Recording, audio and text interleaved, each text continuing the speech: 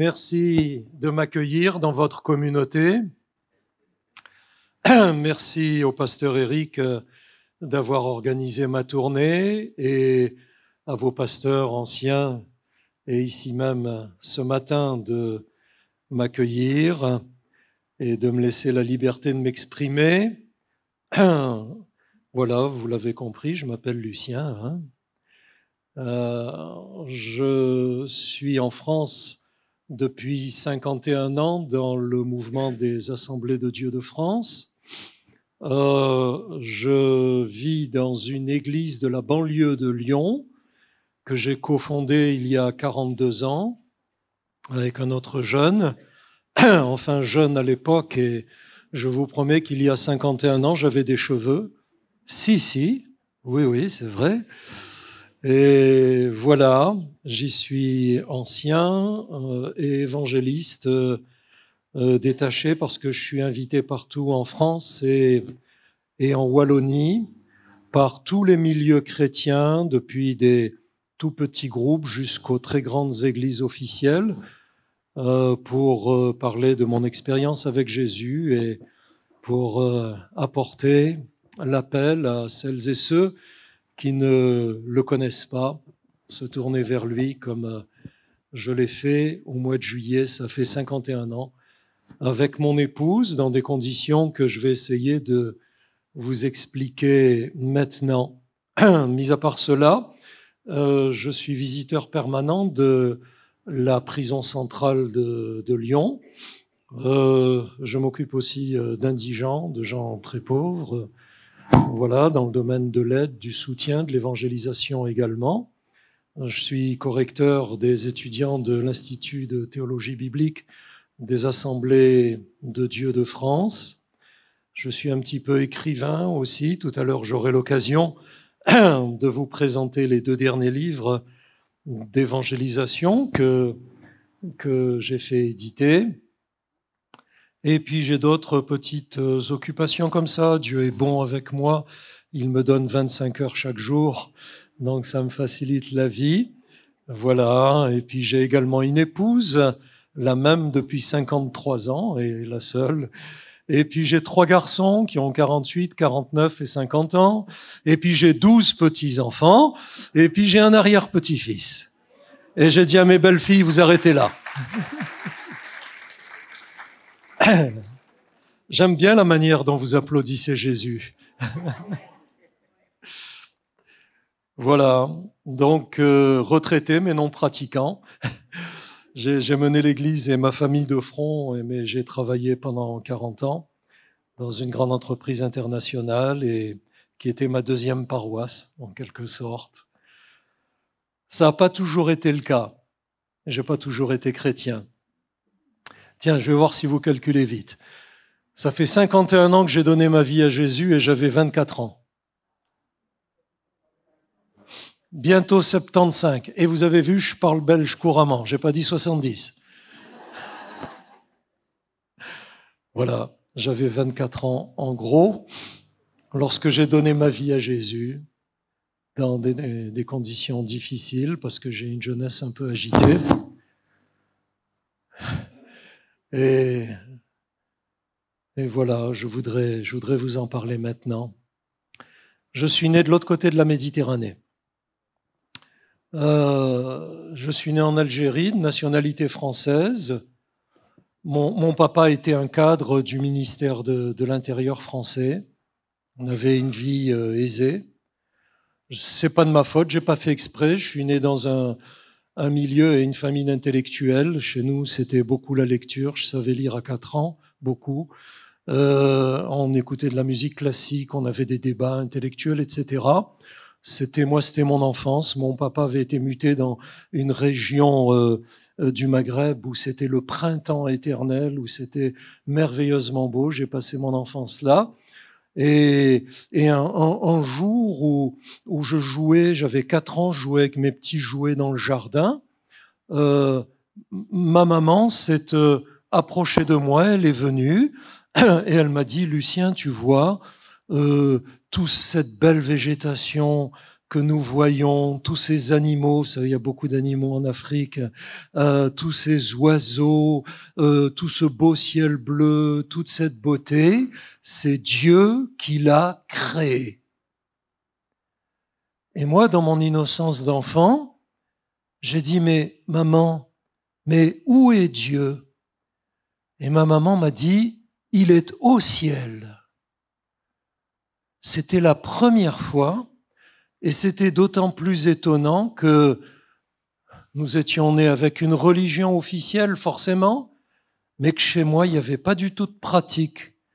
Mes parents respectaient les choses de Dieu, mais on n'en parlait pas. On ne vivait pas ces choses-là. De toute ma vie, j'ai vu 2 fois mes parents dans une église. Mais là, ce jour-là, ma maman a dit cela, et à 4 ans, j'aimais ma maman, je lui faisais confiance. À 4 ans, ça a touché mon cœur. Dieu a tout créé et ce Dieu vit au ciel. Alors, ce qui fait que par la suite, quand mes parents, quoique non pratiquants, m'ont envoyé au catéchisme, j'ai pas fait de difficulté. J'y suis allé de bon cœur, j'ai beaucoup aimé. Alors, dans cette grande religion officielle, on m'a enseigné plein de choses, quantité de choses, d'autant plus que en Afrique, religion et superstition font bon ménage, donc il y avait un gros mélange. Mais moi, ce qui m'a touché, c'était la personne de Jésus. Alors là, quand j'ai découvert ça, j'ai découvert Dieu grâce à ma maman, et j'ai découvert Jésus dans ce contexte religieux. Ça m'a fait oublier tous les autres, tout le reste, et j'admirais ce personnage. J'admirais. Là, il n'y avait pas la Bible. Chez moi, la Bible, c'était un livre protestant, c'était proscrit. On n'en parlait même pas. Et là, dans le milieu religieux où j'étais, il y avait très peu d'informations, de documentation, mais Jésus. Alors là, ce personnage, moi, je respectais. Et ces 2 choses sont restées dans mon cœur toute mon enfance, toute mon adolescence. Ce Dieu qui avait tout créé, qui vivait au ciel, et Jésus, qui était mort pour nous sur la croix. Puis, vous le savez peut-être, mais dans le pays où j'ai vécu, il y a eu la guerre d'indépendance. Il y a eu 9 ans de conflits sanglants entre les 2 communautés. J'avais 10 ans quand ça a commencé, et à 10 ans, on ne doit pas voir ce que les enfants de mon âge ont vu.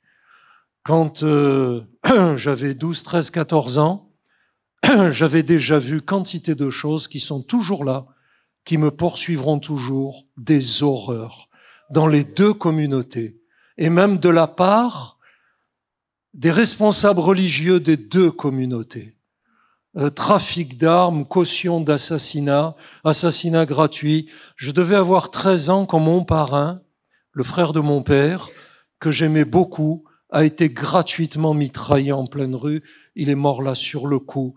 Il avait fait de mal à personne, il était boulanger, vous savez, il est sorti du travail, et gratuitement, sans revendication, comme ça, par haine de l'autre. On l'a mitraillé, ça a été un drame dans la famille. Tout le monde a pleuré, on parlait de vengeance, on parlait d'assassinat. Il a laissé 2 petites filles, mes cousines en partant à peu près de mon âge. C'était notre quotidien. Et ce qui est terrible, c'est qu'on s'habitue à la guerre. Nous, on continuait à vivre. Bon, nous, on avait des avantages. Mon papa, en tant que cadre du ministère de l'Intérieur, il avait un chauffeur, une voiture attitrée, un garde avec une arme. Mon papa a un port d'armes, etc. On avait certaines facilités, mais autour de nous, c'était les assassinats, c'était quotidien. Les bombes, les mitraillages, à tout moment, partout. Il y a des endroits où mes parents m'empêchaient d'aller. J'aurais bien aimé aller. Il y avait des copains qui allaient. Leurs parents étaient peut-être plus laxistes, mais moi, j'avais pas le droit parce que c'était l'insécurité permanente. Et quand j'avais à peu près 12-13 ans, quand mon parrain a été assassiné, moi dont la famille disait « Lucien, il est brave, il est gentil, il est calme, il est obéissant », j'ai senti un nouveau sentiment monter dans mon cœur, la haine de l'autre. la vengeance, la violence. Oh, vous savez, nous, à 13-14 ans, on savait manipuler les armes très vite. Hein. Moi, à 15 ans, j'avais un 7,65 là dans ma ceinture, sous mon t-shirt, hein, et je savais m'en servir. Hein. Dieu m'a gardé. Dieu m'a gardé, jamais tué personne. Quand j'avais 15 ans, une fois, ma maman m'a envoyé faire des courses. Je marchais sur un trottoir de notre village. Et il y a une voiture d'où, soudain, ont surgi plusieurs hommes, et à 10 mètres de moi, à peu près comme ça, ils ont tiré dans ma direction avec des gros 9 mm. Je vous promets que c'est pas comme au cinéma. Hein. La guerre, c'est pas comme au cinéma. Quand t'as un type qui est là à 10 mètres, qui vous braque et qui tire, et que juste là à côté, ça fait tac, comme ça, et que par terre, ça fait tac, tac, comme ça, je vous promets que le gars devant moi est tombé ensanglanté, puis ces gens se sont enfuis, là. Mais moi, je savais pas. Moi, j'ai dit, j'ai eu de la chance. J'ai eu de la chance. Si j'avais été là 20 centimètres à côté, boum, à 15 ans, Lucien est passé de l'autre côté, quoi. Et j'ai dit, j'ai eu de la chance. Et on m'a dit, tu as eu de la chance. Quand j'avais 16 ans, il y a un gars qui a surgi dans le commerce où j'étais. Pan, il a tiré. Le gars devant moi est tombé. Il s'est agrippé à moi. Il était plein de sang. Et j'ai regardé ce gars qui était à 3 mètres de moi avec un énorme revolver et qui me braquait comme ça. Et je l'ai regardé, je l'ai reconnu. On s'est reconnu. C'était un jeune de mon village. Il devait avoir, je sais pas, une vingtaine d'années. On s'est reconnu et dans ma tête, je me suis dit, je suis témoin. Il me reste une seconde à vivre. Et je sais aujourd'hui pourquoi, mais à l'époque, j'ai dit, j'ai eu de la chance. Il a tourné le dos, il est parti en courant. Il m'a pas tiré dessus et j'ai dit, j'ai eu de la chance. Quand je suis rentré chez moi, couvert de sang, ma mère, elle a hurlé. Elle a cru que c'était moi qui avais pris les balles. Moi, j'ai été profondément traumatisé. On vit pas ces choses-là à 15 ans, à 16 ans. Et alors là, la haine, là, elle est montée à flot, là. Le désir de vengeance, la haine de l'autre, le racisme, la violence. Alors moi, j'avais toujours été sportif. À 12 ans, je faisais des concours de cross, vous savez. On disait comme ça à l'époque, je courais, on m'entraînait. Tout ça, après, j'ai fait partie d'une équipe de handball. Après, j'ai fait partie d'une équipe de volley. Mais là, j'avais 14 ans et des militaires nous ont demandé aux jeunes si on voulait s'initier au jiu-jitsu. Et moi, je me suis dit, ah, chouette, je vais pouvoir être fort, je vais pouvoir exprimer ma violence. Ils vont voir ce qu'ils vont voir. Si quelqu'un m'agresse, je vais avoir une arme, je vais avoir la force, etc. J'ai mis un doigt là-dedans et comme tout ce que je faisais à fond, eh bien, je l'ai fait à fond. Et à 18 ans et plus tard à 20 ans, ces mains-là savaient tuer en moins de 20 secondes, quoi. Savait casser, savait tuer. Et Dieu m'a gardé, Dieu m'a gardé. J'ai dû faire face à des agressions, ça s'est réglé en 20 secondes, mais jamais, jamais j'ai cassé quelqu'un, jamais j'ai tué quelqu'un malgré toute la violence qui était en moi. Dieu m'a gardé, on nous a séparés alors que j'étais sur un gars qui était par terre et il était fichu, quoi. Et Dieu m'a gardé, Dieu m'a gardé. Après, on s'est serré la main et on est devenus copains, quoi. Mais voilà, Dieu m'a gardé, béni soit le Seigneur, mais à 20 ans, j'étais une bombe vivante. À 18 ans, on était un soir à la maison, j'avais 18 ans, et des amis arabes sont venus nous dire qu'on allait être assassinés dans la nuit. On était sur une liste à cause de la profession de mon papa, et on s'est enfui, on a tout laissé. On est parti avec une valise, nous, en laissant la villa, en laissant les meubles, en laissant les biens, en laissant tout ce qu'on avait. Je portais une valise d'un côté, j'avais 18 ans, je tenais mon petit frère qui avait 9 ans de l'autre, ma maman, elle est partie avec son sac à main. Point. On s'est enfui pour pas être assassiné. Et comme mon père avait des facilités à cause de son travail, il nous a trouvé 3 places sur un bateau. Et on y est monté, des milliers de gens qui étaient là sur les quais essayant de fuir. Et bon, grâce au travail de mon papa, on est passé en priorité et on a été mis en sécurité. Mon père était fonctionnaire, il était obligé d'attendre sa mutation 4 mois plus tard en se cachant partout où il pouvait dans Alger pour échapper à l'assassinat. Et on est tous rentrés comme ça en métropole française où on n'était pas les bienvenus, où on n'était pas les bienvenus.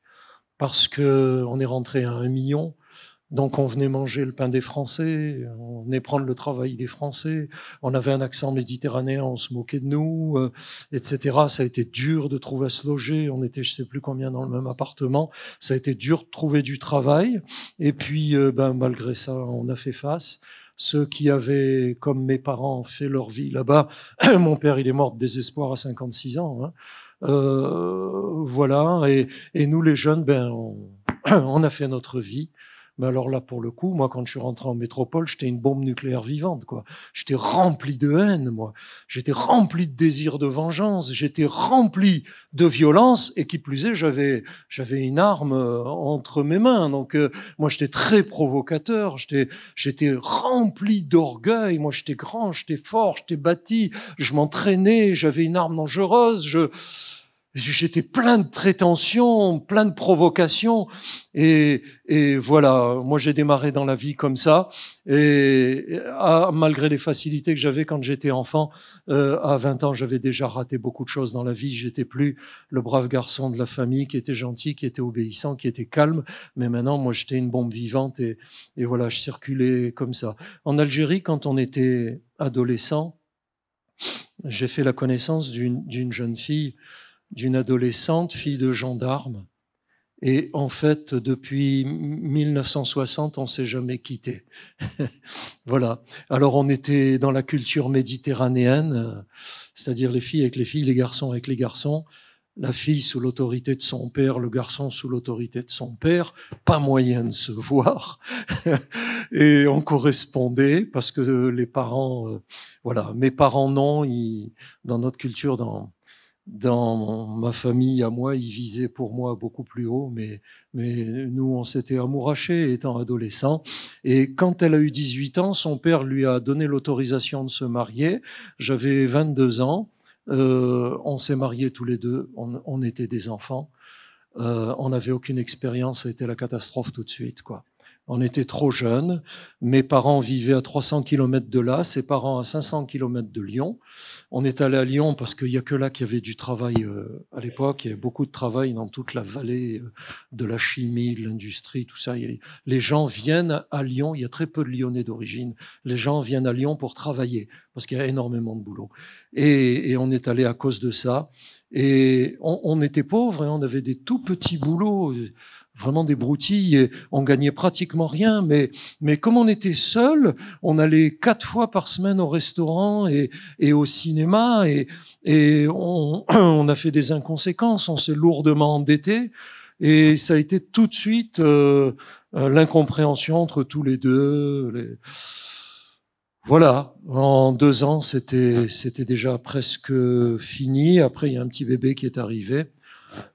Et voilà. Un jour, je suis allé à la boîte aux lettres. Il y avait un flyer. Ce qui me permet de dire aux chrétiens, je vous en supplie, mettez des flyers chrétiens dans les boîtes aux lettres. Parce qu'il y a toujours quelqu'un qui va tomber dessus. Mais moi, ce n'était pas un flyer chrétien. Moi, c'était un flyer qui proposait un gros livre de magie qui promettait la réussite, la santé, l'amour, la fortune. Et moi, comme j'avais rien dans le cœur, je fréquentais pas d'église. La seule fois avec ma jeune épouse, on est allé dans une église officielle. C'était noir, c'était sombre, personne nous a parlé. On est passé inaperçu, je suis sorti de là furieux en disant à ma femme, jamais de notre vie on remettra les pieds dans ces églises. Voilà, nous on savait pas, on n'avait rien, on avait le cœur vide et ce livre a proposé de remplir mon cœur et comme tout ce que je faisais toujours, je m'y suis enfoncé à fond, je me suis endetté pour acheter des grimoires, pour acheter des pentacles, pour acheter des gris-gris, pour acheter des bouquins, il y en avait de plus en plus et tous les soirs, à genoux devant mon lit, je priais une entité dont je ne devais pas connaître le nom, que je ne devais pas regarder. J'étais à genoux, les yeux fermés, je la sentais présente, cette entité était censée prendre soin de moi, m'apporter le bonheur, l'argent, la santé, la fortune. Et du jour où j'ai mis le petit doigt dans les sciences occultes, c'est l'enfer qui est rentré dans la maison. Je vous en supplie, qui que vous soyez, avant que vous sortiez de cette salle, je veux vous dire, ne touchez jamais aux choses de l'occulte. Ne touchez pas aux voyantes, aux voyants, aux astrologues, aux horoscopes, au spiritisme, aux choses semblables. Moi, je m'y suis donné à fond avec l'enfer qui est rentré dans la maison et un voile sur les yeux. Je ne faisais pas de relation de cause à effet. Je me rendais pas compte que plus je m'enfonçais dans les sciences occultes et dans la magie particulièrement, et pas la bonne, et plus le malheur rentrait dans la maison. L'incompréhension, les dettes, des cauchemars épouvantables la nuit. Le diable venait à ma rencontre dans mes cauchemars. À 3 heures du matin, je me réveillais en poussant des hurlements et je m'enfonçais là-dedans. J'y suis allé très loin. J'y suis allé jusqu'à influencer les autres par ma pensée. Vous savez, moi, le matin, quand j'allais au boulot, dans le bus, je m'amusais à influencer les gens qui étaient dans le bus par ma pensée. Si j'avais envie que quelqu'un se gratte le nez, il se gratte le nez. Si j'avais envie d'influencer une conversation, je le faisais. Quand j'avais besoin d'argent, je visualisais de l'argent par terre dans la rue et en sortant du bus, je ramassais l'argent par terre dans la rue. Mon épouse l'a fait avec moi également. On s'est enfoncé dans ces choses et le malheur est rentré dans la maison. Le malheur. Et j'ai perdu la santé. Moi qui étais tellement fier de ma force, moi qui étais tellement orgueilleux de ma taille, de mes muscles, ils y sont plus. Hein. Ils ont fondu depuis. Moi qui étais tellement prétentieux, tellement provocateur, tellement sûr de moi, moi qui étais rempli de haine, de violence et de prétention, j'ai perdu la santé. Et à cause de cela, j'ai été mis en arrêt maladie pour longtemps. Je me suis retrouvé dans notre tout petit studio, très peu meublé, très modestement, avec mon épouse, avec le bébé. Et j'ai été atteint de la maladie qui provoque les douleurs les plus grandes au monde. J'ai eu des problèmes graves avec un rein. Et à Uccle, l'autre soir, après mon intervention, une dame médecin urologue est venue parler avec moi. Elle m'a dit, vous avez dû vraiment souffrir parce que ce que vous avez, je connais. Et c'est la maladie la plus douloureuse au monde. Moi, je faisais plusieurs crises par jour. Quand je faisais des crises, je tapais dans les meubles, je poussais des hurlements. Je tapais dans les murs. On habitait à un immeuble de 119 studios. Il y avait pratiquement que des jeunes ménages parce que c'était pas très cher, c'était accessible. Et les gens venaient à la porte, ils sonnaient, ils demandaient à ma femme que j'arrête de hurler. Ils disaient, ça peut pas continuer, on va appeler la police. Il faut qu'il arrête de taper dans les murs, de hurler en pleine nuit. Je commençais à aller au-delà de la violence, au-delà de la haine. Je perdais le contrôle de moi-même, je rentrais dans la folie. Il paraît qu'on peut pas garder son équilibre en ne dormant pas de manière continue plus d'une semaine. J'ai pas dormi 4 mois, c'est-à-dire que je suis allé très loin au-delà de la folie. Et à ce jour, sinon parce qu'elle m'aimait, je comprends toujours pas pourquoi mon épouse s'est pas enfuie avec le bébé, quoi. Parce que ça devenait très dangereux de vivre avec moi. Et voilà. Et moi, c'était comme cela. Et alors, moi qui avais jamais touché au tabac, moi qui avais jamais touché à l'alcool, moi qui avais une diététique, moi qui avais une hygiène de vie, moi qui faisais du sport, moi qui étais grand, qui étais fort, etc., tout ce que vous voulez, il a fallu qu'on me mette sous Novocaïne 2 fois par jour. Et on m'avait dit qu'il n'y avait pas d'effet secondaire. Tu parles 2 fois par jour, piqûre de Novocaïne, le matin, le soir. Au début, ça me soulageait. Au bout de quelques semaines, j'en avais besoin. Au bout de quelques mois, j'attendais fébrilement qu'on arrive le matin avec la piqûre de Novocaïne. Et le soir, j'attendais fébrilement. Je commençais à me dire, oh là, oh là, oh là, oh là, mais je perds le contrôle, là, qu'est-ce qui se passe? J'en avais besoin. Je disais, on ne peut pas en avoir une 3e. Le médecin disait non. Et il est arrivé un certain dimanche, au bout de 4 mois, j'avais perdu 14 kilos. J'avais les jambes qui tremblaient dès que je marchais. J'avais perdu le sommeil. Je passais mes nuits à attendre, des nuits blanches. Je peux vous dire ce que c'est, mais souvent elles étaient noires parce que pendant ces nuits, la fameuse entité sombre, elle venait, elle secouait le lit, elle se couchait sur le lit à côté de moi. Dans mes cauchemars, le diable se présentait et prétendait m'amener en enfer. Et moi, je poussais des hurlements et allaient les voisins qui venaient sonner, le concierge qui venait, qui dit « Je comprends, il est malade, on peut pas vous mettre dehors, mais il faut qu'il arrête de hurler et de taper dans les murs et de menacer comme ça, etc. » Au bout de 4 mois, c'était un dimanche. J'ai eu environ 5 fois plus de crises que d'habitude. Une journée de folie, à hurler, à taper, à me tordre. Et là, mon épouse a appelé le médecin. C'était un médecin à l'ancienne, de ceux qui faisaient beaucoup d'heures dans la journée et qui se déplaçaient même tard le soir. Et il est arrivé vers 20 heures. Ce médecin, je me souviens très bien de lui. Il était petit, il était fluet, il avait beaucoup d'autorité. Mais quand il a ouvert la porte, dans ma folie, il venait pour me soigner, il venait pour essayer de me soulager dans ma folie. Quand il s'est mis sur le seuil de la porte, j'ai dit, vous faites un pas de plus et vous êtes mort. Et il savait que c'était possible, hein, il me connaissait.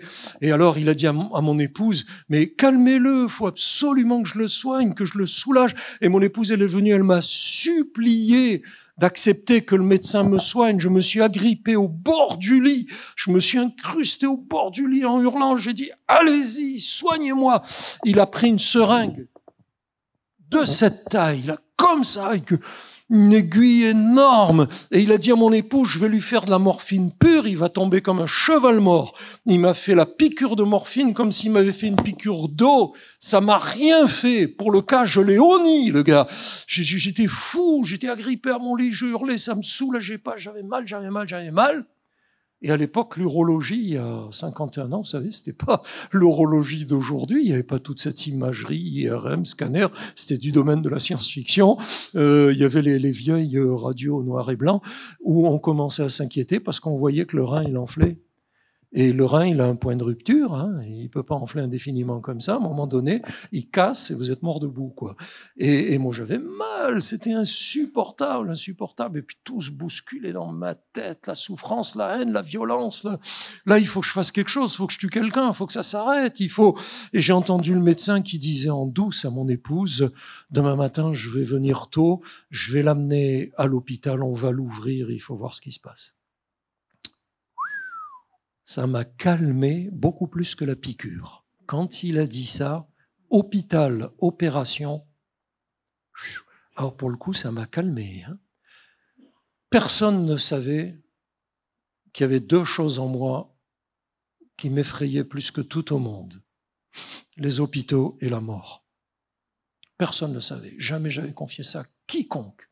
Tout le monde voyait en moi un homme fort, orgueilleux, prétentieux, sûr de lui, dominant toutes les situations. Personne ne savait ça. Quand j'étais enfant, mon papa était hospitalisé d'urgence. Il a eu des soucis de santé à cette époque-là. Et des adultes inconséquents de la famille, ils n'ont pas réfléchi. Ils m'ont amené le visiter sans me prévenir. Donc je suis rentré dans un hôpital qui était assez vieux, dans une chambre où mon papa était sous une tente à oxygène, avec le masque, avec des perfusions. J'ai été tétanisé, terrifié. Ma famille me disait « dis-lui bonjour, dis-lui bonjour ». J'étais devant lui, je me suis enfui dans le couloir et sur le parking, j'ai traumatisé, j'avais gardé une peur panique des hôpitaux, mais je le disais pas parce que moi j'étais fort quand j'avais 24 ans, quoi. Voilà, du moins dans ma tête. Et puis j'avais peur de la mort et je vais vous dire pourquoi. Parce que depuis que j'étais rentré à fond dans les sciences occultes, je savais que si je mourais, je partais en enfer. Je le savais. Je m'imaginais un Dieu courroucé contre moi, qui ne me permettait pas de l'approcher, qui me rejetterait, et le diable qui se régalerait de m'accueillir avec les démons et de m'entraîner en enfer. Ça, je l'avais jamais dit à personne. Et voilà que le médecin dit, demain, on va l'ouvrir, hein, et on va aller voir ce qui se passe dedans, hôpital, et possibilité de rester, quoi. Ouah! Pour le coup, je souffrais toujours autant, mais Il m'a calmé. Il est parti, il a dit qu'il viendrait me chercher le lendemain matin. J'ai dit à mon épouse, si j'entends pleurer le bébé, je tue tout le monde. Alors je veux entendre personne. J'ai éteint, je me suis mis sur le lit, je me suis mis contre le mur. Il devait être 21h par là. Et j'avais le réveil sur l'étagère devant moi. Et pendant des heures, j'ai cogité. Et voilà ce que j'ai cogité. J'ai 24 ans. J'ai traversé une guerre. J'ai vu des horreurs. On m'a tiré dessus. J'ai traversé la Méditerranée en catastrophe avec une valise. Ça a été dur pour nous. On en a bavé. J'ai essayé de trouver le bonheur. On s'est mariés, c'est une catastrophe. J'ai essayé de me donner à fond dans ce que je croyais qui allait m'apporter, qui allait enfin m'épanouir. Et je me suis enfoncé dans le malheur. Maintenant, je suis malade. Demain, je sais pas ce qui va m'arriver. Je sais pas comment les choses vont se terminer. Qu'est-ce que il va se passer? Qu'est-ce que je suis venu fiche sur la terre? Si demain je pars, mais c'est complètement inconséquent. Pourquoi est-ce que je suis venu vivre ici-bas? Et ça se bousculait là-dedans. J'ai réfléchi. Et puis je jette un coup d'œil au réveil. Je vois, il était minuit. Et à ce moment-là, dans ma tête, je me retrouve à 4 ans dans le jardin de mon enfance, dans notre merveilleux environnement. Et ma maman qui s'approche de moi et qui me dit, tu vois Lucien, tout ce que tu vois, ce beau ciel bleu, tous ces animaux, toute cette végétation, tous ces oiseaux, je raffolais des oiseaux, moi, toutes ces fleurs et tout, c'est Dieu qui les a créés. Et moi, dans mon innocence d'enfant, mais maman, où est Dieu? Et ma maman, Dieu est au ciel. Comme cela. Et là, comme je suis en train de vous parler, eh bien, j'ai dit comme ça, Dieu, si tu existes vraiment, sauve-moi. Il était minuit. À 8h, le médecin est venu me chercher, il m'a amené dans sa voiture, l'hôpital était à 700 mètres de chez moi. C'était le plus vieil hôpital que j'ai jamais vu, c'était une honte, c'était moyenâgeux. Et aujourd'hui, ça a été rasé, gloire à Dieu. Et il y a le complexe hospitalier Lyon-Sud, c'est le top du top de la médecine lyonnaise. C'est une ville dans la ville, sur des kilomètres, avec des parkings immenses. Il y a tous les grands ponts dans tous les domaines, etc. Mais à l'époque, c'était un petit bâtiment, mais je sais pas, moi, peut-être du XVIIe siècle, un truc pouilleux, quoi. Et je suis rentré là-dedans, la première chose qu'on me dit, on n'a pas de place. Waouh, il sait pas qui je suis, il sait pas le risque qu'il prend, la blouse blanche, là, on n'a pas de place pour vous. Attendez, on a une place avec les pulmonaires contagieux, on va pas vous mettre là-bas, vous avez assez de problèmes comme ça dans la vie. Alors on m'a mis sur un banc en bois, dans un couloir, avec la perfusion, et de 8h du matin à midi, je suis resté là. Et je voyais passer les blouses blanches, mais je les haïssais, quoi. Je dis, c'est pas possible. On me porte pas secours dans la situation où je suis. Et là, il y avait une aide-soignante, on disait une fille de salle à l'époque, super gentille, à peu près de mon âge. Elle venait plusieurs fois dans la matinée, elle m'épongeait, elle me donnait un petit peu à boire, elle vérifiait mes perfusions, tout ça. Et cette fille, je l'ai appris après, au bout du couloir, elle est allée raconter dans une chambre ma situation. Mais moi, je le savais pas. Et dans cette chambre, il y avait 3 jeunes gens de mon âge. Il y avait un musulman qui avait eu un accident sur un chantier. Il y avait un jeune Européen qui avait eu un accident de mobilette, il s'était cassé une jambe. Et il y avait un jeune chrétien évangélique qui était dans le désarroi. Le pauvre, il avait eu l'appendicite. Mais c'était un de ces chrétiens pentecôtistes qui croient à la guérison divine. Alors il avait prié de tout son cœur pour être guéri. Il avait demandé au pasteur de prier pour lui, pour qu'il soit guéri. Et il n'avait pas été guéri. il avait dû être opéré de l'appendicite. Alors il disait, c'est pas possible, Seigneur, je crois en toi, j'ai la foi, qu'est-ce que je fiche là? Pourquoi j'ai été opéré? Moi, je sais pourquoi il était là.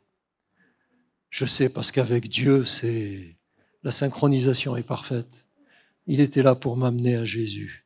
Mais moi, je le savais pas. Et ce jeune-là, quand il a appris, l'aide-soignante, elle a dit, il y a un pauvre gars, là, un jeune, il est couché sur un banc en bois depuis ce matin, il souffre comme une bête et il n'y a pas de place pour lui, il y en a une seule avec les pulmonaires contagieux. Il a dit, vous appelez le médecin. Moi, je signe une décharge. Je sors demain de toute façon, je vais passer jusqu'à demain avec les pulmonaires contagieux. Et puis voilà, moi, alors on a fait venir le médecin, il a dit, tu es sûr de toi et tout. Il a signé une décharge. Et quand on m'a amené dans cette chambre, il était debout, il était en train de récupérer ses affaires. Et moi, je l'ai regardé, je l'ai méprisé. Parce qu'intérieurement, j'ai pensé, moi, mon gars, j'aurais jamais fait ça pour toi. Moi, c'est ma peau, moi. Et tu as tort de faire ça. Allez, sors de là, parce que moi, je le prends, le lit. Pour vous donner une idée de l'agitation dans laquelle j'étais, on m'a attaché sur le lit, quoi. Parce que j'étais vraiment agité, agressif avec les gens qui me soignaient, etc. Les deux autres, là, ils ont essayé de me parler, ils ont vite compris. Et je suis resté là.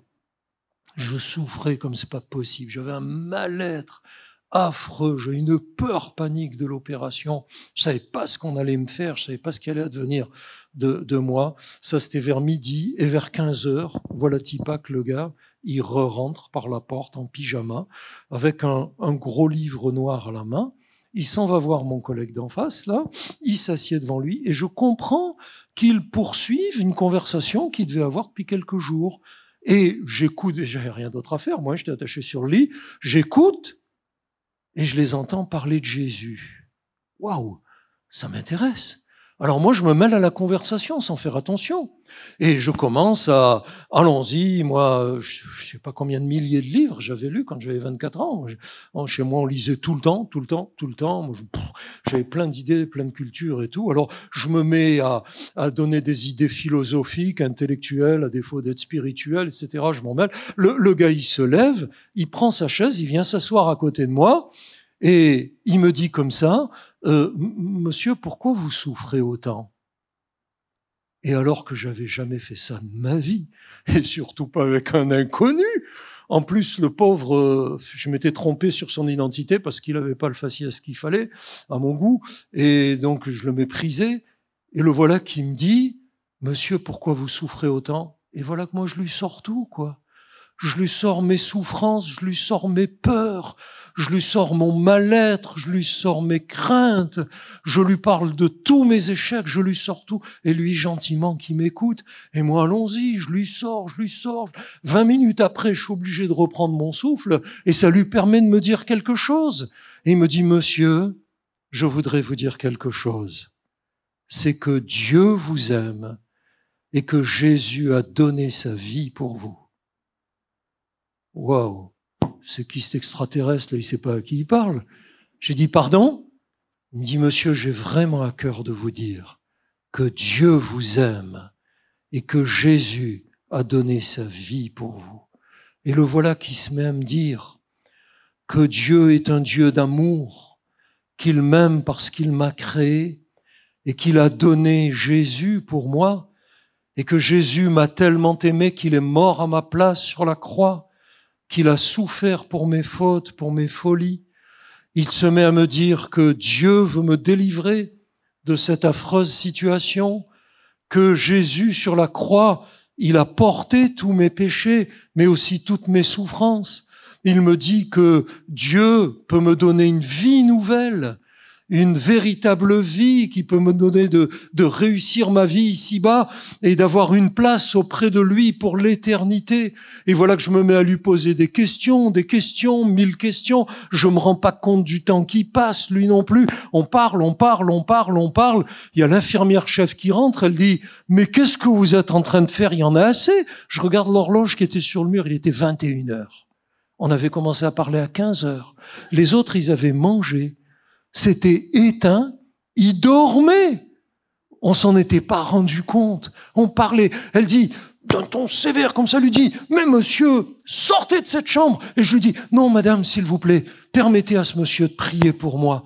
Alors, elle dit, allez, faites votre prière là, et puis après je vous sors d'ici et j'éteins tout. Alors, je dis à ce gars, je vous en prie, priez pour moi.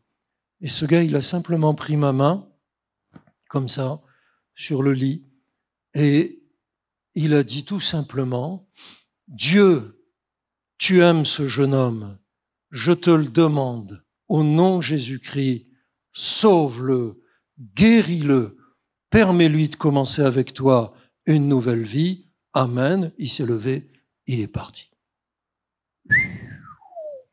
Alors là, pour le coup, dans ma tête, tous bousculés. Il faut vous dire que quand il a commencé à me parler, il s'est passé 2 drôles de phénomènes, et je ne lui disais pas, mais c'est que là, ça a commencé à taper très fort. Boum, boum, boum. Je me suis inquiété, j'ai fait la relation avec ma maladie, j'ai cru que le cœur tenait plus. Boum, boum. De temps en temps, je jetais un coup d'œil à ma chemise de l'hôpital, la chemise affreuse là. Boum, s'il y a des professions médicales, je vous aime de tout mon cœur. Boum, boum. Parce que je regardais si par hasard ça se voyait. Boum, boum. Et ça montait en puissance. Boum, boum. Et depuis à peu près 15h, 15h30, il y a une idée qui est venue s'implanter là. Une voix. Au début, elle parlait doucement, gentiment. Après, elle est montée en puissance. Elle est montée en puissance avec toujours la même phrase. À minuit, tu m'as appelé. Maintenant, je te réponds. Or, moi, je savais contrôler les pensées. Moi, j'étais un occultiste avancé. Moi, j'étais magicien. Moi, je savais contrôler les pensées. Impossible de contrôler celle-là. Je faisais tous mes efforts. Elle montait en puissance. À minuit, tu m'as appelé. Maintenant, je te réponds. Il y en avait d'autres qui disaient, écoute pas ce gars, fais-le sortir d'ici, surtout ne l'écoute pas. Et la voix toujours plus forte. À minuit, tu m'as appelé. Maintenant, je te réponds. Là, il devait être 21h environ. Ça se bousculait là-dedans. N'écoute pas. À minuit, boum, tu m'as appelé, boum, boum. Maintenant, je te réponds. Surtout, n'écoute pas. C'est des fadaises, c'est des folies, c'est une secte. Rejette tout ça. Boum, à minuit, tu m'as appelé. Maintenant, je te réponds, les sciences occultes, la violence, la haine, le malheur, la souffrance, la Bible, Jésus, le témoin, la prière, tout cela, une bousculade là-dedans, pas possible. D'un coup, il y avait l'horloge, la pile en face de moi, contre le mur, une vieille horloge, la plate, là. Il était 22h. Je dis, c'est pas possible. 1 heure comme ça, et moi qui réussis pas à contrôler mes pensées alors que je contrôlais celles des autres, c'est pas possible. À minuit, tu m'as appelé. Maintenant, je te réponds. Je dis tout fort comme ça, oh Dieu, si ce que cet homme a dit est vrai, si tu m'aimes, si tu as donné Jésus pour moi, si Jésus est vraiment mort sur la croix à ma place, si la Bible est vraiment ta parole, je te demande de me sortir de cette horrible situation et moi, jusqu'à la fin de ma vie, j'irai parler de toi aux autres, jusqu'au bout, jusqu'à la mort, j'irai parler de Jésus. Et alors, voilà, je vous demande pardon d'avance parce que ça fait 51 ans que je fais ça et comme je suis en train de revivre le moment, j'ai jamais réussi à le faire sans me contrôler, donc pardonnez-moi. Et à ce moment-là, comme j'ai crié à Dieu comme ça de tout mon cœur et très sincèrement, c'était pas un défi, vous savez, c'était un appel au secours désespéré. On m'a jeté une planche de salut. Je m'y suis accroché, d'autant plus que je sais pas nager, donc je m'y suis accroché de tout mon cœur. C'est comme cela que j'ai crié à ce Dieu.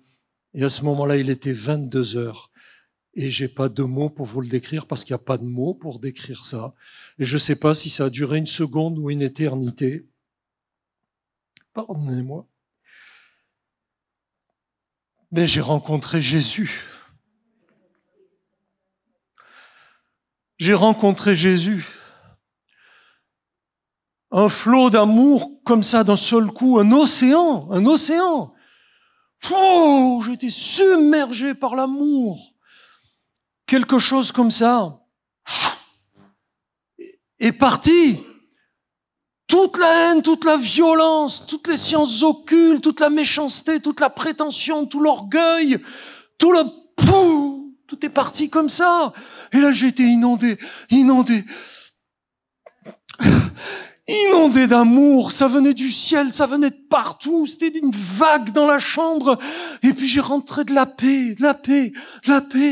Je savais même pas que ça existait, moi je cherchais la paix au travers de mes exercices désespérés d'occultisme, je cherchais la joie dans les restaurants, dans les cinémas, dans la musique violente, tout ça, et là il rentrait de la paix, et puis ça me lavait, et puis je devenais pur, puis je devenais heureux, je me mets à rigoler. Je sais pas si ça a duré une seconde, peut-être deux, peut-être une éternité entière, j'en sais rien du tout. Mais en un instant, comme la Bible le promet, je suis devenu une nouvelle créature. J'ai tout compris.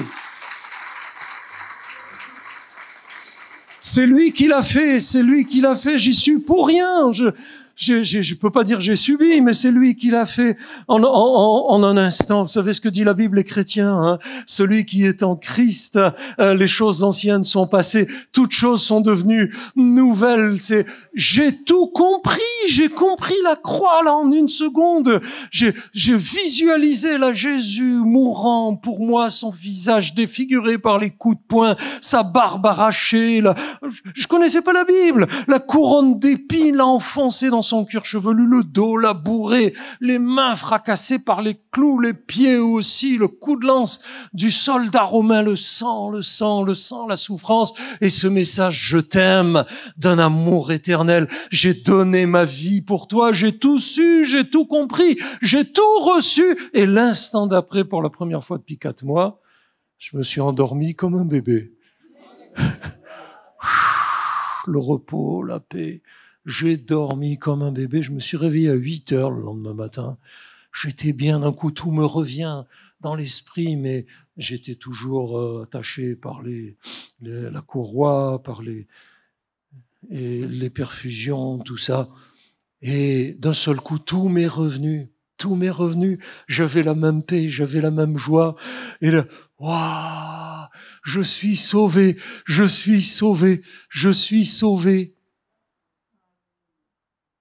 C'est pas possible, je souffre plus.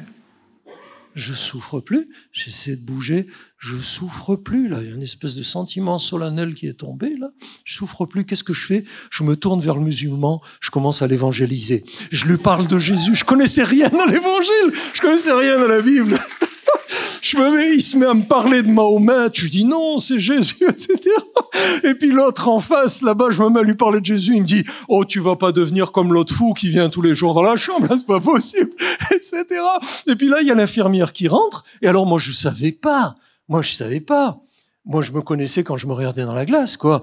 Moi, je savais pas. Elle rentre comme ça, puis elle me fait, oh, qu'est-ce qui vous est arrivé? Et moi, bêtement, comme ça, je lui réponds, Madame, j'ai donné mon cœur à Jésus. Et là, j'ai lu dans ses yeux. Elle a pensé, c'est plus le rein, c'est la tête. Je l'ai nettement vu là. Elle s'est retournée, elle s'en va. Je fais, oh madame, je voudrais un petit déjeuner. Elle est partie. Alors wow. Et elle revient avec le médecin. Et le médecin, il rentre, il me fait, oh là, qu'est-ce qui t'est arrivé, toi? C'était le grand mandarin, vous savez, chirurgien super impressionnant et tout. J'avais 24 ans, il me tutoyait et tout. Et qu'est-ce qui t'est arrivé? Qui me dit, et moi, docteur, j'ai donné ma vie à Jésus. Et alors il me dit, ouais, c'est bien beau tout ça, mais là le bloc opératoire est prêt, allez, on t'amène au bloc. Alors vous savez, à l'entrée du bloc opératoire, il y avait un petit sas, puis il y avait une infirmière psychologue qui était censée me rassurer. Mais moi j'y suis allé dans une paix, allons-y au bloc opératoire, alléluia, une nouvelle expérience.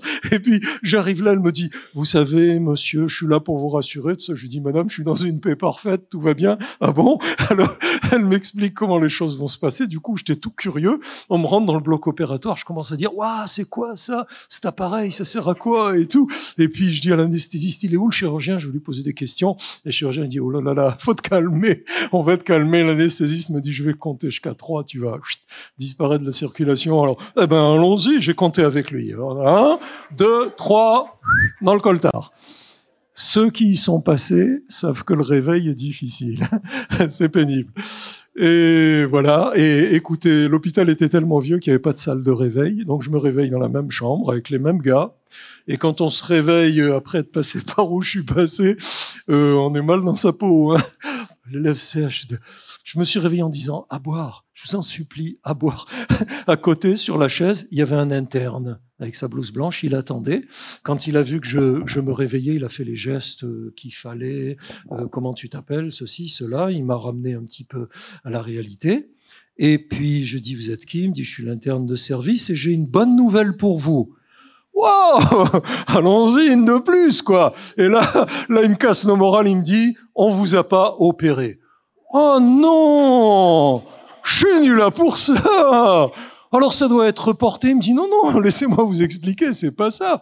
Mais vous vous souvenez qu'à l'époque, il n'y avait pas toute l'imagerie qu'il y a aujourd'hui. Et alors, il me dit, voilà, le chirurgien, il a décidé, avant de prendre la décision d'ouvrir et voilà, il a décidé par les voies naturelles, je le souhaite à personne au réveil, de passer une sonde et voilà, de regarder ceci, cela. Quand il a ramené une sonde, il a ramené un gros caillou avec. Et votre rein, il était presque au point de rupture, hein, c'est-à-dire qu'il vous restait peu de temps. Et voilà. Et alors, on vous a gardé beaucoup plus longtemps que prévu parce qu'il a fait refaire les radios, tous les examens, ceci, cela. Votre rein, il est exactement comme l'autre. Il est en parfait état de fonctionnement, en parfaite santé. Le chirurgien va venir vous dire que on vous garde une journée en observation. Demain, vous pouvez sortir, vous êtes guéri. Alléluia. Alors là, les anges qui pleuvent dans la chambre, moi alléluia. Du coup, les autres disent, oh, calme-toi. Non, Jésus a fait ça pour moi et tout. Bon, c'est bon, il est devenu fou. Je lui dis, on m'apporte un petit déjeuner. Non, monsieur, vous venez quand même subir une grosse anesthésie prolongée, ça on peut pas et tout. Bon, alors je m'assieds en tailleur sur mon lit. Je dis, mais moi, c'est aujourd'hui que je veux partir, quoi. Et puis je regarde, et le chrétien, il avait laissé sa Bible là. Alors moi, je savais pas, je prends la Bible, j'ouvre comme ça, je tombe dans les évangiles, et puis je lis, waouh, Jésus, Jésus, Jésus, Jésus. Tourne la page. Jésus, miracle. Jésus, guérison. Tourne la page. Jésus, pardon. Jésus, réconciliation. Jésus, Jésus, Jésus, Jésus. Il y a le chirurgien qui rentre dans la chambre. J'étais assis en tailleur sur mon lit avec ma Bible sur mes genoux. Derrière le chirurgien, il rentre l'infirmière-chef, il rentre des infirmières, il rentre les internes, il rentre des aides-soignants. D'un seul coup, toute la chambre en blanc, tout des blouses blanches contre les murs, de partout, avec le chirurgien qui se met juste devant mon lit, il croise les bras comme ça. Moi, je les regarde, je me dis, alors mon cas, il doit être grave. Là, pour le coup, ils sont tous déplacés. Du coup, je perds un petit peu ma joie. Et le chirurgien, il me regarde bien, puis il me dit, qu'est-ce que tu lis là? Je dis, docteur, je lis la Bible. Tu lis la Bible, toi? Je dis, oui, docteur, je lis la Bible. Et cet homme-là qui dit, il se retourne, il dit, mesdames et messieurs, vous vous souvenez dans quel état est arrivé ce jeune homme ici, dans cet hôpital? C'était l'homme le plus malheureux, le plus désespéré, le plus pessimiste et le plus souffrant de tout l'hôpital. Si la Bible est capable de changer un homme à ce point en quelques jours, vous devriez tous lire la Bible. Et ils ont tous fait « Oui, docteur ».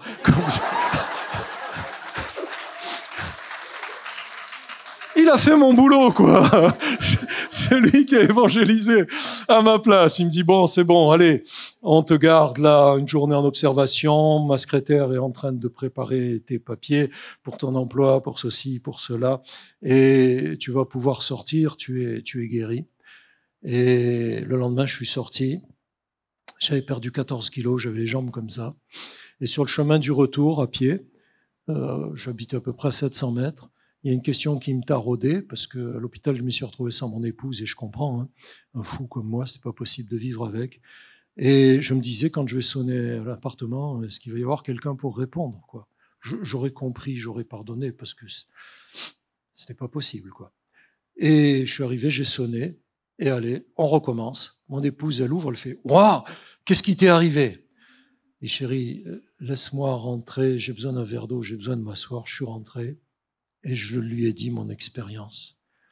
Je lui ai dit ce que j'avais vécu en toute simplicité. Je lui ai expliqué que j'avais crié à Dieu et que Dieu avait répondu, qu'il m'avait pardonné, qu'il m'avait changé, qu'il m'avait délivré.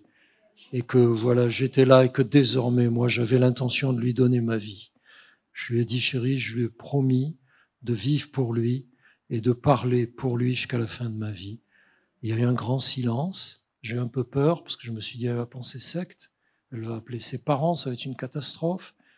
Et mon épouse qui dit ceci, eh bien chérie, on va recommencer, mais on va rebâtir notre vie sur les évangiles. C'était il y a 51 ans. C'était il y a 51 ans. Quelque temps après, on a demandé à être intégré dans une église évangélique. Dès les premiers baptêmes, on s'est fait baptiser, on n'a pas attendu.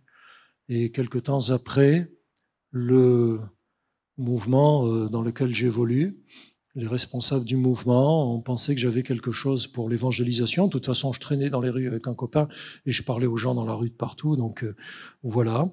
Et puis, vous comprenez pourquoi aujourd'hui je suis évangéliste de rue, principalement. Pourquoi je vais dans toutes les églises qui m'invitent, c'est sûr. Mais je passe mes années à faire des formations à l'évangélisation de rue. Je passe mes années à être invité de partout pour donner des conseils concernant le témoignage, l'approche des non-chrétiens, la manière de répandre l'évangile de partout, parce que malgré tout, témoigner de Jésus, c'est jamais qu'un ordre de Jésus, c'est jamais qu'un ordre. Vous serez mes témoins. C'est un impératif, c'est chaque chrétien doit témoigner de Jésus. Et donc, moi, j'ai pris ça très à cœur avec mon épouse.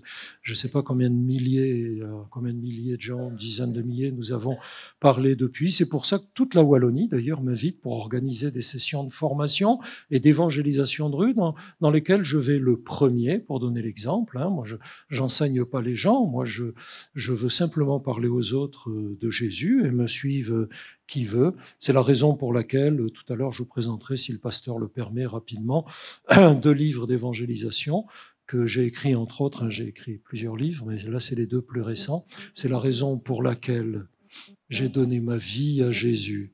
Et depuis 51 ans, on a vécu avec mon épouse des hauts, des bas, mais nous sommes les témoins que Dieu a été fidèle. Jusqu'ici, Dieu a été fidèle. Et en ce moment même, Jésus est là avec moi. Si j'en avais douté un instant, je serais pas venu. Mais Dieu a été fidèle. Il a été avec nous dans les joies, dans les peines, dans les combats, dans les luttes. Parce que vous savez, répandre l'évangile comme ça en première ligne, je vous promets, c'est une certaine qualité de vie, un certain mode de vie, mais le Seigneur est fidèle, il a toujours été avec nous. Il a pardonné toutes mes fautes, il a effacé tout mon passé, il a complètement changé ma nature, il a fait de moi une nouvelle créature non violente, qui aime tous les hommes, quels qu'ils soient. J'ai un amour particulier pour les Maghrébins dans mon cœur, c'est un miracle. Pour quelqu'un qui vient d'où je viens, qui a vécu ce qu'il a vécu. J'aime les hommes et les femmes du monde entier.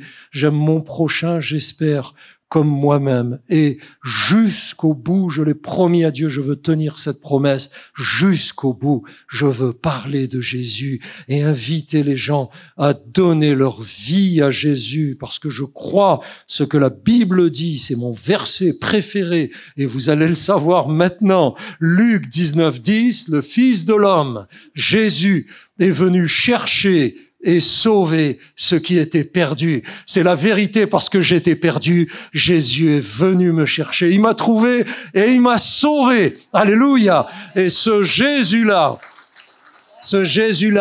il est là ce matin. Il est là aujourd'hui. Il est avec nous. Il est toujours le même. C'est comme si c'était ce matin. C'est comme si c'était il y a un instant. Là, cloué sur la croix, souffrant comme c'est pas possible de souffrir. Lui qui a porté les souffrances de l'humanité entière et les péchés de l'humanité entière. Lui, le Fils de Dieu, pur, saint, sur la croix, il a souffert pour vous. Si vous me le permettez, il a souffert pour toi, individuellement, personnellement, parce qu'il t'aime. Il a donné sa vie parce qu'il t'aime, parce qu'il est à l'égal de son Père. Or, ce Père, notre Créateur, Dieu, a tant aimé l'humanité entière qu'il a donné son Fils, Jésus. Et ce Fils, Jésus, nous a tellement aimés afin que quiconque quiconque, pas n'importe qui, quiconque, toi, croit en lui,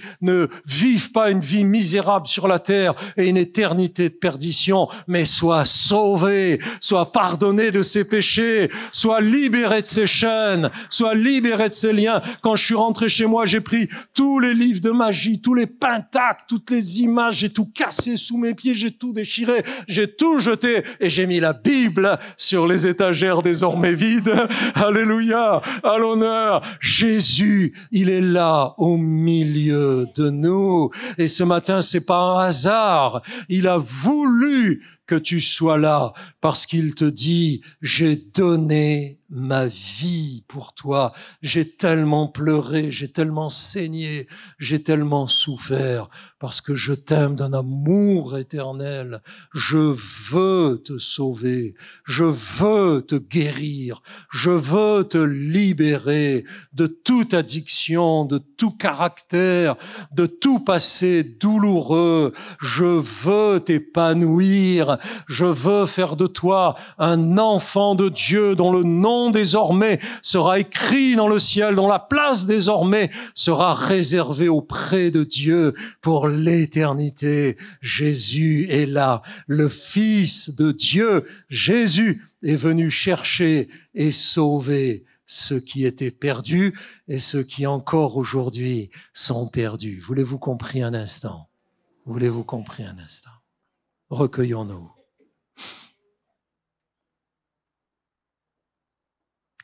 Se recueillir,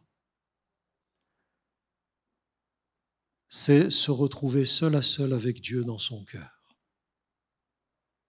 S'il vous plaît, nous ne sommes plus avec notre montre, nous sommes dans un instant d'éternité où l'avenir sur terre et l'avenir dans l'au-delà sont en train de se jouer pour certains.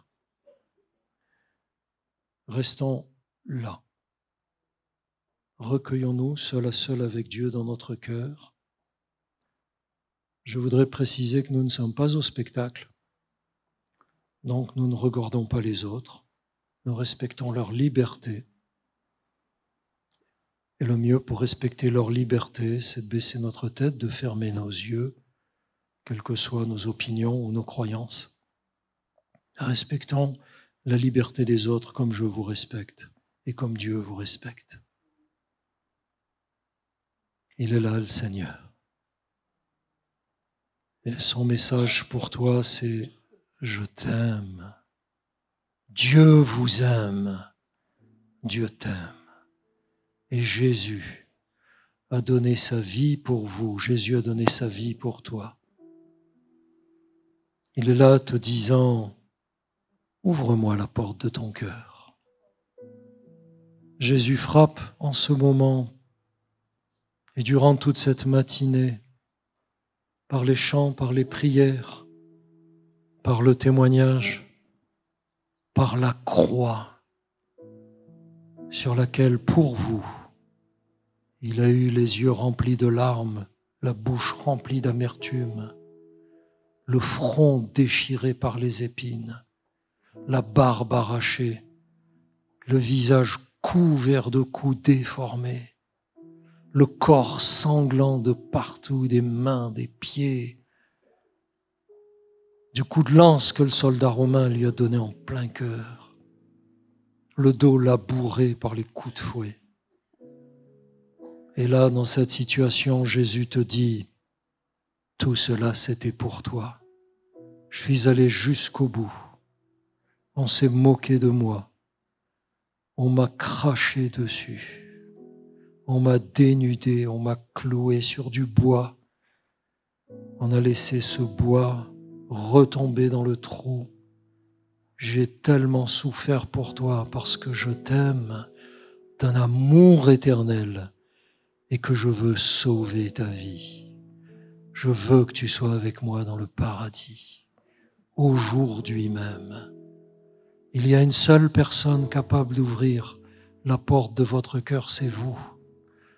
La poignée, elle est de votre côté.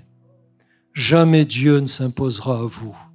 Jamais Jésus ne forcera votre porte. Simplement, il dit, mon fils, ma fille, Ouvre la porte. Donne-moi ton cœur. Laisse-moi entrer dans ton cœur. Laisse-moi entrer dans ta famille. Laisse-moi entrer dans ta maison avec tout mon pardon, avec toute ma paix, avec toute ma joie, avec toute ma réconciliation, avec toute mon espérance. Laisse-moi briser les chaînes qui te tiennent captif et t'empêchent d'être heureux, entravent ton épanouissement, ton bonheur. Laisse-moi laver ton âme par mon sang versé pour toi à la croix de Golgotha. Laisse-moi te sauver, laisse-moi te guérir, laisse-moi te donner une vie nouvelle. Ne reporte pas demain. Tu ne sais pas où la vie pourrait t'entraîner subitement si toutefois tu vis demain. Donne-moi ton cœur, mon fils, ma fille. Je veux maintenant te sauver, je veux maintenant te guérir, je veux tellement te bénir. Si quelqu'un entendait cet appel du Christ lui-même, qui simplement utilise les lèvres balbutiantes d'un homme imparfait, mais cet appel est du Christ pour vous. Si quelqu'un réalisait maintenant que Dieu l'aime, que Jésus a donné sa vie pour elle, pour lui, si quelqu'un maintenant désirait se donner à Jésus, je vous en supplie au nom du Christ, ne tardez pas, faites-le tout de suite, ne remettez pas, et faites un acte de courage. Seules 2 personnes vous regarderont, s'il vous plaît. Dieu, qui vous connaît parfaitement, vous voit. Et moi seul, je vous regarderai pour prier pour vous un instant. C'est tout. Nous ne sommes pas au spectacle, les autres respectent, qui qu'il soit. Donne ton cœur à Jésus. Si vous le désirez maintenant, si vous avez compris, si vous voulez que Jésus rentre dans votre cœur et vous sauve, voulez-vous lever simplement votre main, s'il vous plaît? Dieu la verra, je la verrai parce que je désire prier pour vous.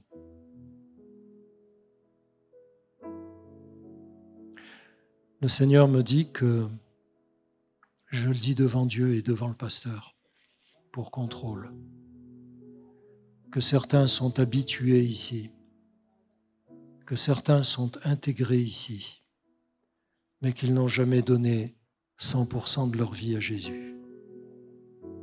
Enfant de Dieu, tu n'es pas sauvé parce que la foi de tes parents, elle ne garantit pas ton salut. Sympathisant, toi qui portes un masque, ce n'est pas parce que tu fréquentes et parce que tu es sympathique que ton âme est sauvée pour l'éternité. Ouvre ton cœur à Jésus, donne ta vie à Jésus. Lève ta main que Dieu la voie. Lui, il n'a pas eu honte, Jésus, d'être exposé à tous. Il l'a fait pour toi, pour toi. Jésus l'a fait pour toi, parce qu'il veut te sauver. Donne ton cœur à Jésus. Jésus est allé jusqu'au bout tout de suite. Il n'a pas attendu à demain. Il n'a pas reporté à cet après-midi. Il a donné sa vie pour toi parce qu'il t'aime. Il t'aime. Il t'aime. Et il veut changer. Il veut sauver ta vie. Voulez-vous lever votre main pour Jésus, pas pour moi? Je ne veux pas vous influencer. Je fais ce service d'évangélisation de tout mon cœur parce que je désire que vous soyez sauvés.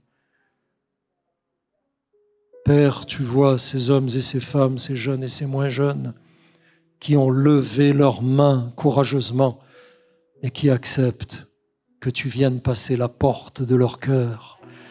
Je te demande pour eux ta grâce en abondance. Je te demande que ta grâce et ta bénédiction rentrent dans leur cœur, dans leur être, dans leur maison, dans leur famille, Père, au nom de Jésus. Je te demande de les sauver, Seigneur. Je te demande de pardonner tout leur passé, de l'effacer par le sang pur du Christ.